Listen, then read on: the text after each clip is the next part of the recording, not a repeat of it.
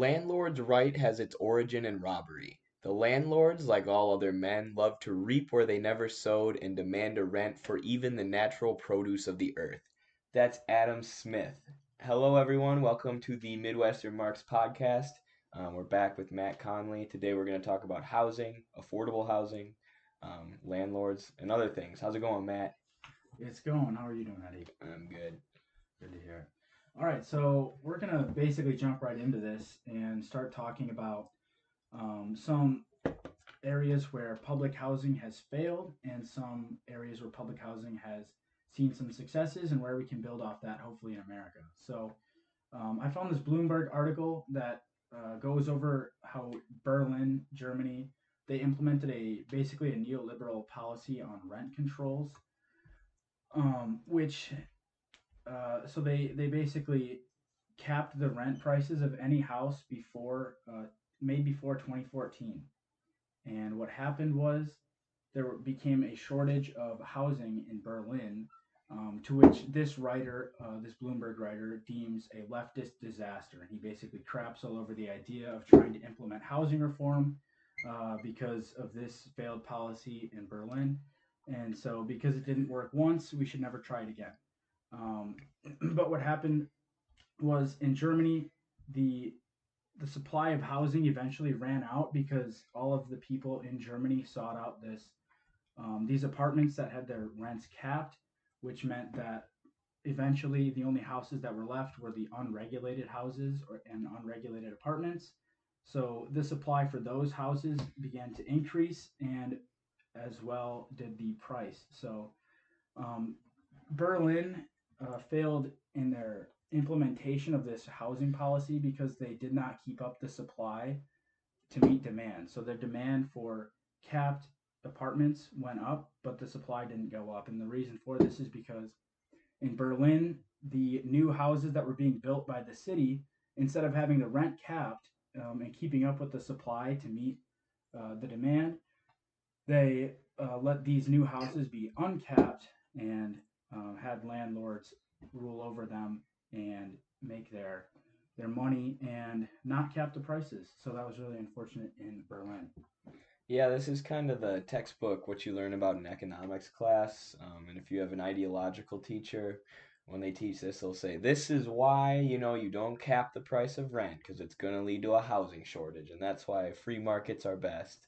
Um, but obviously, this was a butchering of the policy, but this is a sort of, technocratic, neoliberal kind of approach to the housing crisis.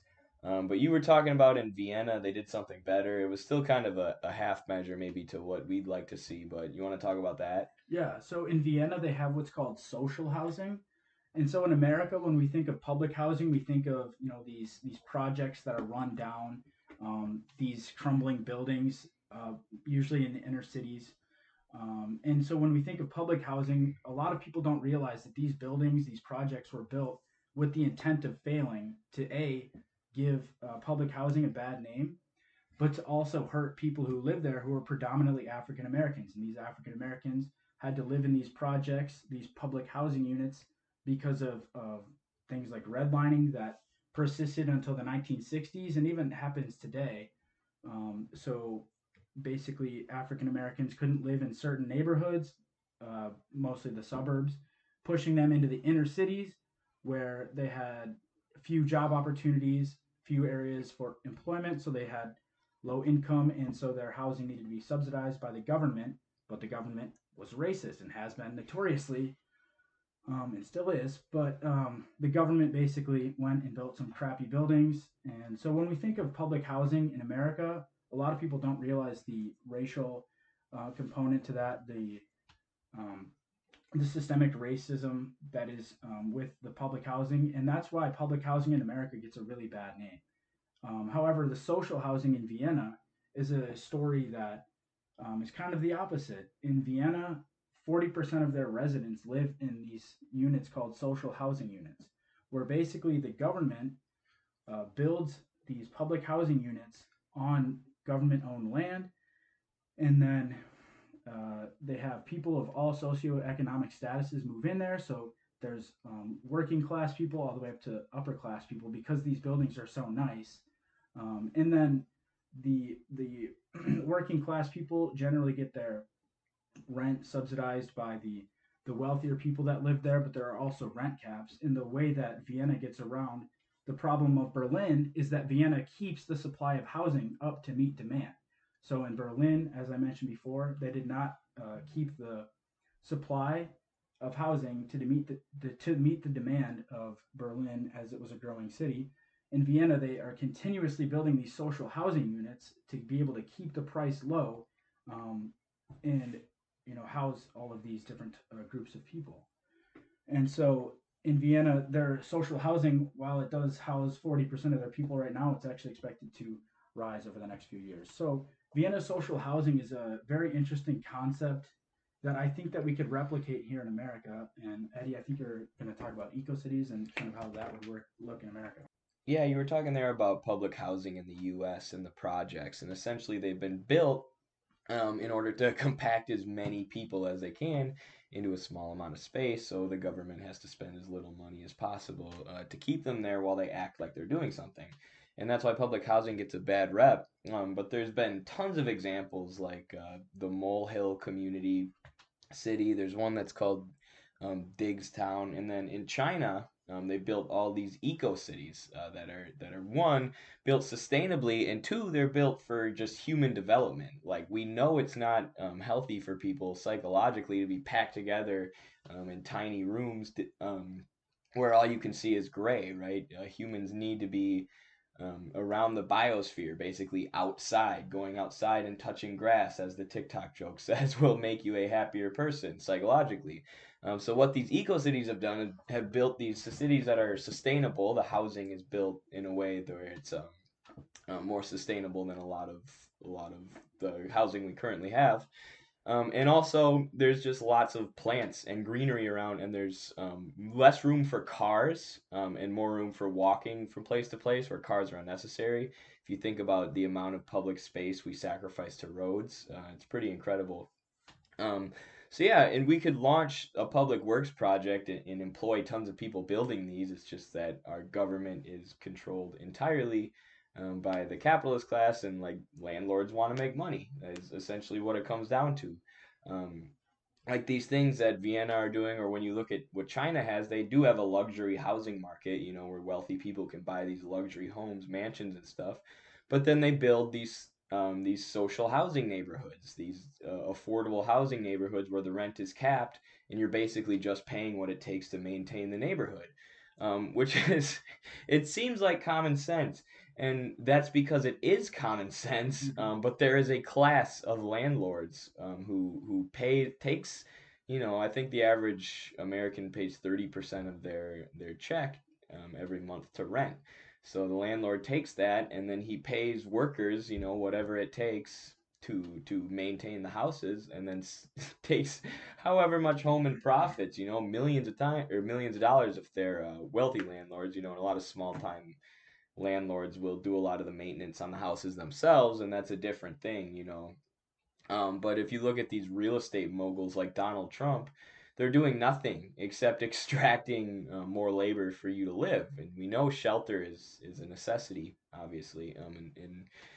And this is just the irrationality of capitalism. We have these crises of abundance where we have more houses than there are homeless people, but we can't put homeless people in the houses because we're more concerned with a landlord being able to maintain his profits for nothing than we are with, making sure every person has at least a home. And how are you supposed to find a job? How are you supposed to shower and go to a job interview if you don't even have a house? It's like Maslow's hierarchy of needs. Humans need a number of things in order to be productive members of society. And then we have homeless people who don't have the bare necessities, and we have no idea how they got in that situation. We're just spitting on them, being like, nope, you're not a productive member of society. We don't care about you. Well, what about, I don't know. Yeah. So Public housing. there's like 700,000 homeless people at the moment in America, including about 50,000 homeless veterans. So we send people off to do imperialism in the Middle East, and then they come back, and then we say, sorry, like you quote unquote served our country, but we're not going to protect you when you come back. We're not going to give you the mental health care that you need. We're not going to give you the physical health care that you need, and we're not going to give you housing. Sorry, you gave your body for this country, or that's what you thought you were doing anyway, and now we're not going to help house you. Um, the other thing is the COVID 19 crisis has exacerbated the amount of homelessness that we could experience here in America. So, because, as you said, we have such a desire to protect the profits of landlords over housing people. 30 to 40 million Americans face eviction because landlords are mad that they're not getting their money. So instead of putting an eviction freeze and either paying these landlords if you really need them to get the money, or just saying "f you" to the landlords, we're considering kicking 30 to 40 million people out of their homes. And obviously, not all of these people will be kicked out of their homes, but even 1% of that is such a scary number, and the fact that this is such a real fear for so many Americans is just kind of awful. Yeah, and the eviction freeze, like we're talking about like neoliberal, technocratic solutions. Like that is the ultimate um, neoliberal technocratic solution, meaning it's not a solution at all. It's hey, during the global pandemic where we also shut down the economy and most people's main way of making money. Let's not kick them out of their houses. Like, oh wow, thank you. What a wonderful law, or what a wonderful rule we've made for society here. We're not allowed to throw people in the streets during the global pandemic. I mean, if you don't think housing is a human right, I can't. You just have been brainwashed. I mean, at this point, I could see how you would think that 200 years ago, but at the point where we've now produced and maintained enough houses to put everyone in one, when we've seen other countries do public housing projects, when they actually have a government of action, or just a government who isn't completely cut to the rich and completely unafraid of the working class in that country. This is what happens. Like even in these places, these capitalist social democracies, they've done things to try and figure out the housing crisis. In the U.S., the best thing we get is the projects, this racist thing where we try and jam everyone um, in the inner city into an apartment so they can go sell their labor all day for bajillionaires. And those bajillionaires have completely bought our government to the point where they don't even think they have to do anything, right? To the point where they look at the housing crisis in the richest country in the world and they go, "Ha, well, figure it out, work harder." So yeah, it's time we organize. If you can get into a tenants union, definitely do it. Yeah. I mean, especially if you have like a big time wealthy landlord. Like, it's different if it's like your buddy who also does a lot of maintenance on the house or something. I know situations like that. But like, if you have a landlord who owns like 100 houses and he's a multimillionaire, fight back. Yeah, there's also a problem in our area where Mm. rich companies have bought several mobile home parks within the areas. Um, and so people generally own their mobile homes, but they don't own the land underneath the mobile home. So even if they have their home bought and paid for, they still have to pay rent on this land every single year. And what happens a lot of times, especially throughout the country, is that these real estate companies will purchase the trailer park homes, uh, the trailer parks themselves, I guess, and jack up the rent, forcing people to move out. And so that happened in our area a couple of years ago. Well, I guess it's still going on, but it started a couple of years ago where this company came in, they bought the trailer park, and then jacked up the rent, very close to my house anyway. And most of the people who lived there could not afford to pay this increased hike. Understandably, like they own their house, they're like, why am I, forced to pay for this? Um, and meanwhile, our city is prioritizing luxury housing downtown, basically gentrifying our downtown over helping these people, and we just have our priorities mixed up. Yeah, and it was depressing because we knocked on those people's doors for Bernie, and they had a lawsuit going, like a class action lawsuit, and a lot of them were yelling at us for being there. Most of them said they were going to vote for Trump. and then they had faith that this lawsuit was going to help them, and of course it didn't. And I spoke to one recently, a year since, and they all got evicted, or they all had to move off because this company had jacked up their rent prices so high. And it's like people, it goes back to what I was saying earlier, like people are so, they'll fight back themselves, but they've completely given up on the government doing anything for them. They've completely disconnected from politics. And all right, so that's probably all from us. Join your tenants union. Matt's gonna try and run for office and maybe enact some sort of change. We hope, please God. Yeah, Yes. Matt, plug yourself, please. Yeah, you can follow me on TikTok at Matt M. Conley or follow me on Twitch at Matt M. Conley. That Yep, is all. Twitch. We're Twitch streaming Yeah, now. we're Twitch streaming now. We're going to be the next Sound Pikers. All right. No. Thanks for